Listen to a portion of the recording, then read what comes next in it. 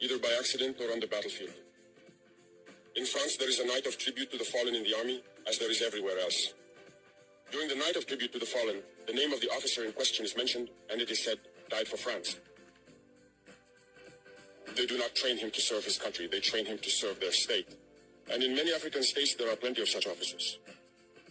If you want to break with these imperialist forces, it's simple, we denounce the agreements. Everything starts from there. I think the example of Chad in any case is tangible.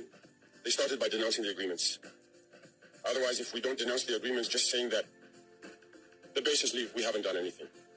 Because the problem lies in the colonial agreements, the defenses that have been signed since independence.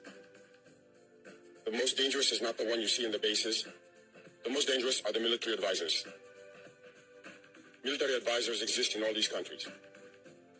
They existed in Burkina as well until the end of 2022, until we took responsibility. And who are these military advisors? They are the ones who are supposed to implement France's policy. Here, they must work to make our armies very weak, so that France can always have the argument to exist here. Under their influence, they have succeeded. Our sentinels were therefore standing guard with sticks. That's what France wants from our armies. When we reach this stage, we have no choice but to want them to come and settle. But the Burkinabe army managed to get rid of the military advisors.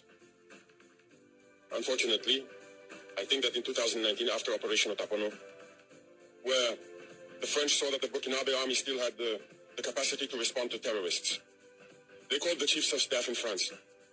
They instructed him to reintegrate the military advisors throughout the structure. Well, they did not agree. But upon returning to the country, the politicians instructed him to accept the military advisors.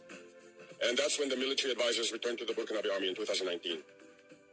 With all the consequences we know, the army was on the verge of disappearing in the years 2020-2021. And indeed, this is the time when many soldiers had to desert because there was no longer any hope. We were in the process of collapsing. That's a bit how they work at the General Staff headquarters. In all army headquarters, in the schools, they are the ones who are supposed to dictate the policy of our army. They are the ones who tell us when to recruit, how to recruit, and what to do with them. They are in the schools to tell us how to train them, and so on. As long as these military advisors are there, you are not independent. Your army will just have the appearance of an army that is there to perform parades, a circus. But when war comes, you will realize that a parade is one thing, but war is another thing. You have to break the agreements. It's the only way to have an independent army and build strength. But many people do not understand this, perhaps. And even with these agreements, France selects from our states officer cadets to go and train them.